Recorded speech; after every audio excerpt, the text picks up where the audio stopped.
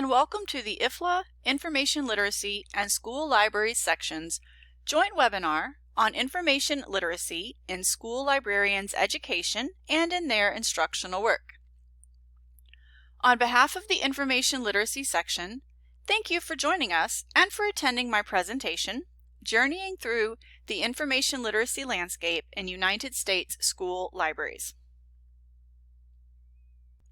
I'm Jennifer Moore, Associate Professor and Director of the School Librarianship Certification Program in the Department of Information Science in the College of Information at the University of North Texas in Denton, Texas, United States of America. I've been in academia for over 11 years, teaching school librarianship certification courses on technology integration, school library management, pedagogical collaboration, school library program development, and children's and young adult literature.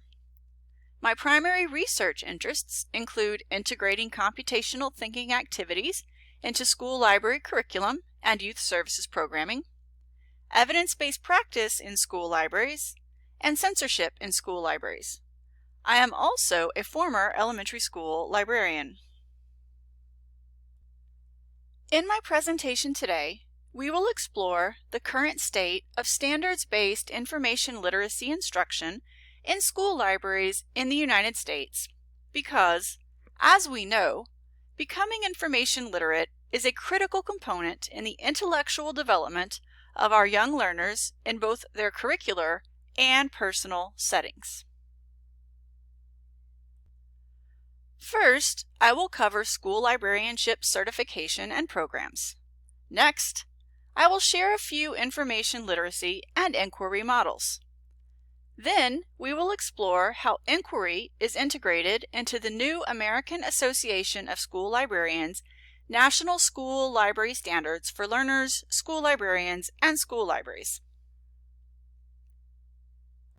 In the United States, there are two national accrediting agencies for school librarian certification programs: the American Library Association and the Council for the Accreditation of Educator Preparation. 67 universities are accredited by ALA and 25 by CAPE, although there is a bit of an overlap. Both provide directories of university programs.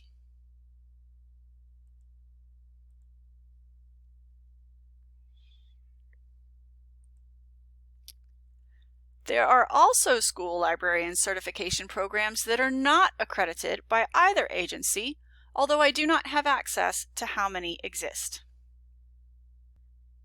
The United States has 50 states plus the District of Columbia, otherwise known as Washington, D.C. Today, I will be speaking about those states and D.C. and not the U.S. territories, as data was not provided for those. Requirements to become a certified school librarian vary by state. Many states, but not all, require the person to first be a certified classroom teacher. Sometimes a bachelor's degree with an additional certification is needed, while other times a master's degree with an additional certification is needed. It depends on the state. Most, if not all, require a certification exam. Reciprocity also varies by state, as some states will recognize another state's certification, but others won't. Additionally, some states require school librarians to be certified, and that a certified school librarian be present on every school campus, while other states do not require or even have school librarians at every campus. For example, in Texas, where I live, to become a certified school librarian, a person must have a teaching certification, they must have a minimum of 2 years as a classroom teacher in a public or an accredited private school, they must have a master's degree in most any area, they must have completed a state-approved program in librarianship, such as the one at the University of North Texas, and they must have passed the Texas School Librarian Certification Exam. But not all schools in Texas require their school librarians to be certified. Some schools do not have school librarians, and I can think of a few schools that do not even have libraries. The Every Library Institute website provides a list of states and their requirements for school librarian certification. As you can see, the requirements vary considerably. So, that being said, in the United States, we also don't have one cohesive information literacy or inquiry model or curriculum. Multiple information literacy models and processes exist. Traditionally, they have been skill-based with concrete steps. Some are linear, while others are iterative. All are valuable, of course, as their collective purpose is to systematize the process of finding, evaluating, and using information. Some models and processes are better suited for specific learner groups.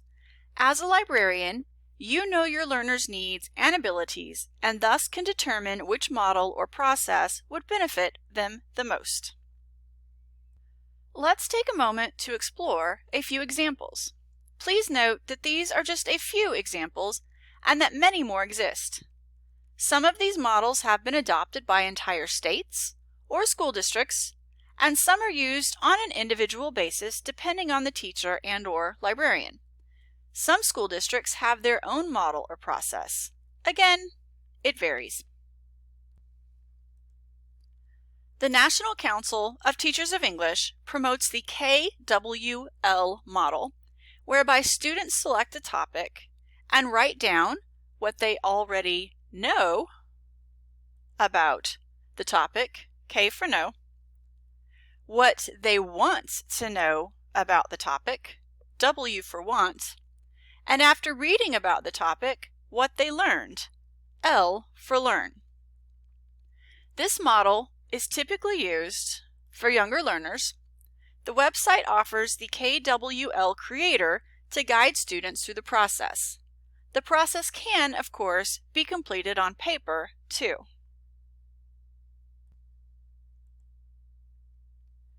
The Big Six, as stated on the official website, integrates information search and use skills along with technology tools in a systematic process to find, use, apply, and evaluate information for specific needs and tasks.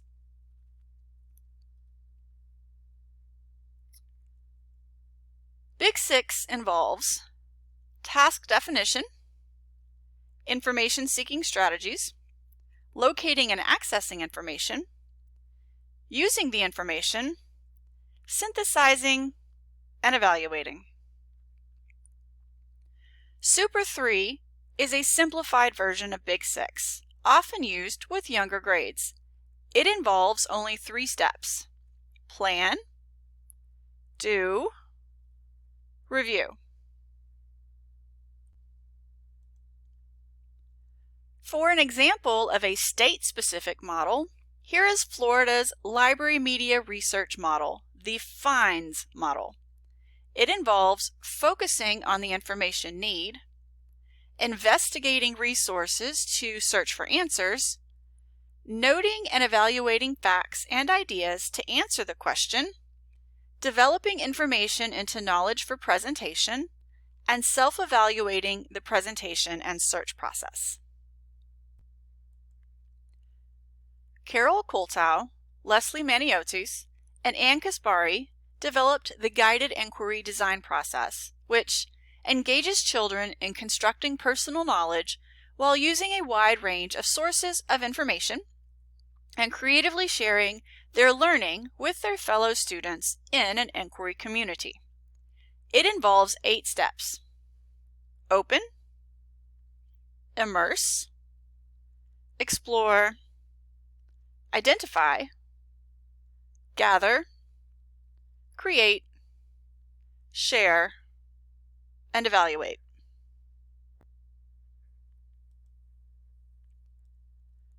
The final model I'll briefly review is the Stripling model of guided inquiry. Former American Library Association President Barbara Stripling created a graphic representation of her guided inquiry model.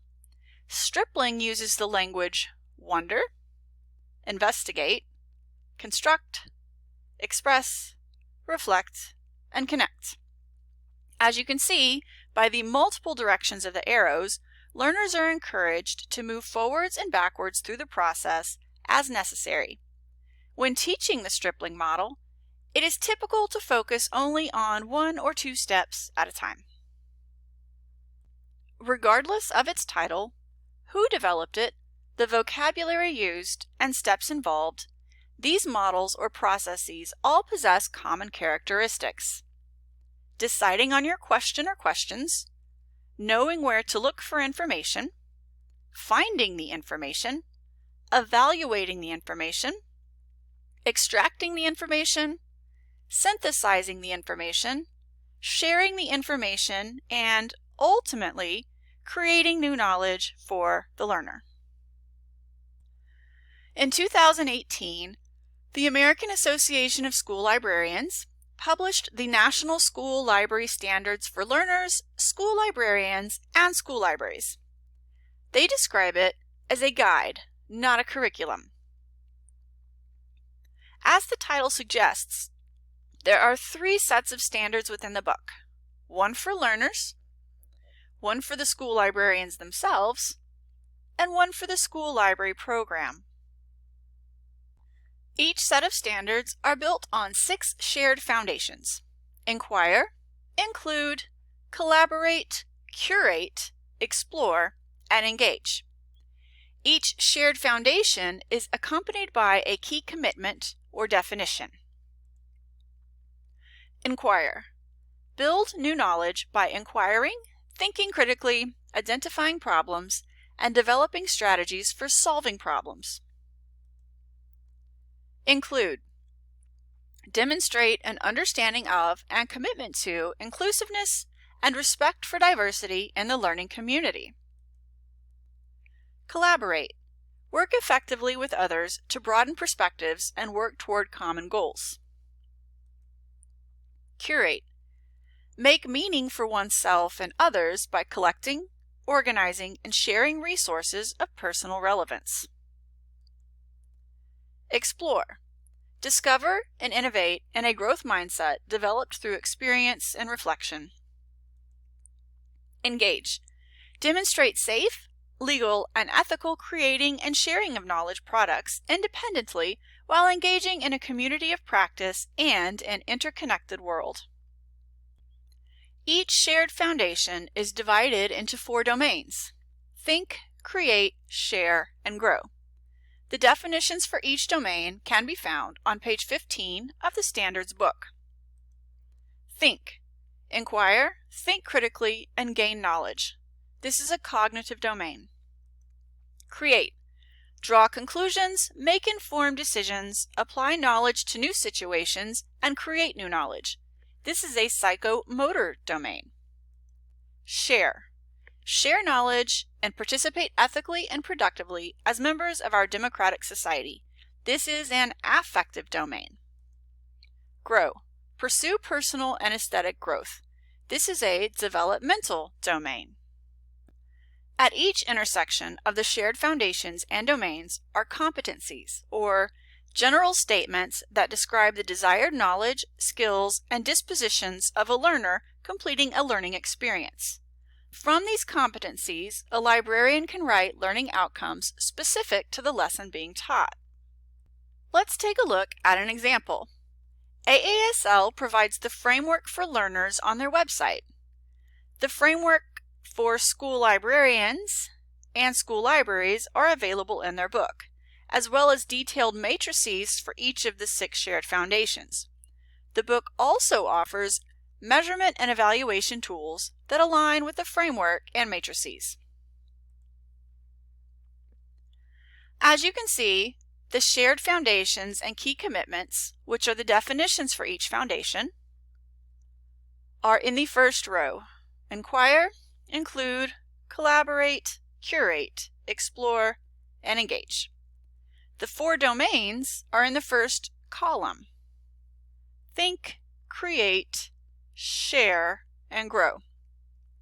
At the intersection Of each, there are the competencies specific to learners, since this is the framework for learners. The frameworks for school librarians and school libraries have competencies specific for each entity. You may also notice the standards are not age or developmental level specific. They are for all learners, intentionally written to be adaptable for lessons taught to any age group. The standards are also not specific to only one curricular area, such as reading. As previously mentioned, the librarian can take a competency and write a learning objective specific to a grade level and curricular area. For example, 4A2, which is the shared foundation of curate, the domain of think, and the competency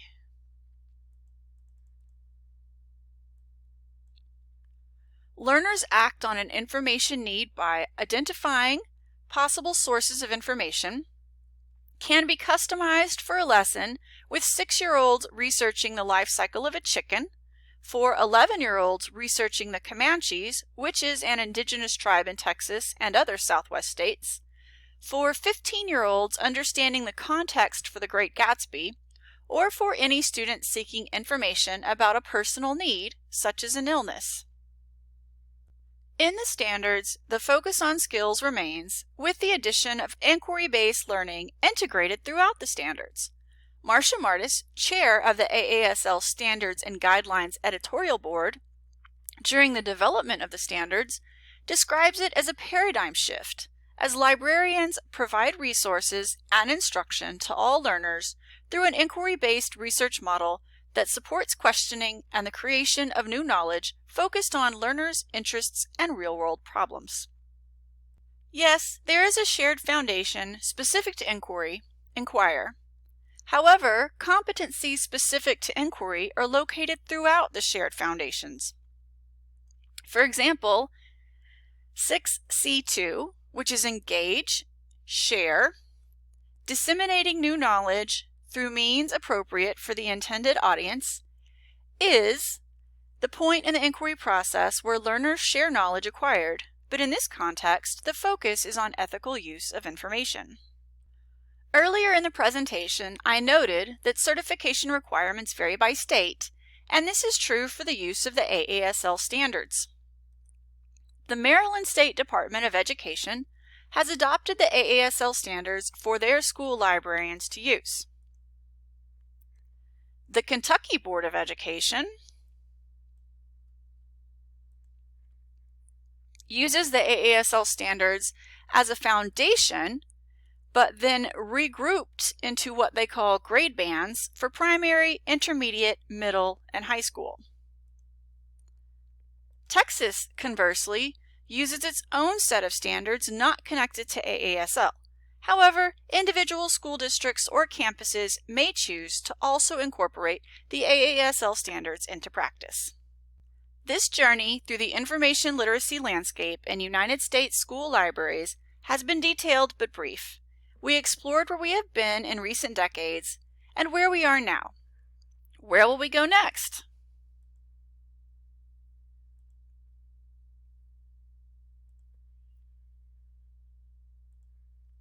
Please feel free to contact me with questions at any time.